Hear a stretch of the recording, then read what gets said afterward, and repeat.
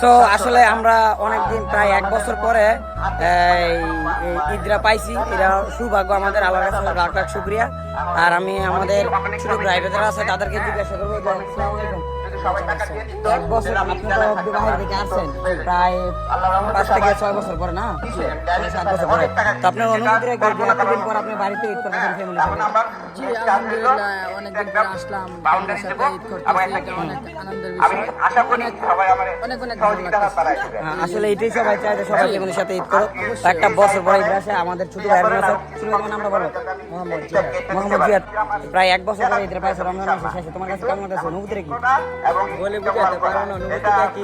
1 বছর পরে প্রায় 30টা রমজানের পরে একটা ঈদ, বলার বাইরে একটা অনুভূতি। তোমার নাম কি?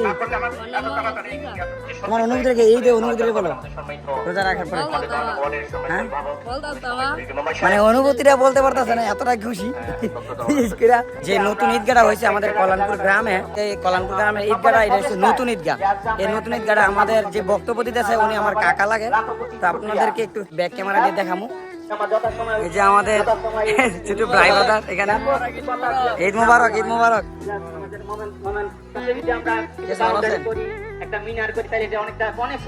আপনারা দেখেছেন ওইটা যে বক্তব্য শুনে আমার কাকা লাগে। যে আমাদের আরেকজন ব্লগার।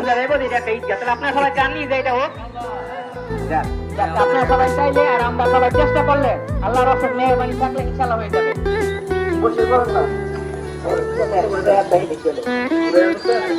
আসসালামু আলাইকুম, ঈদ মুবারক।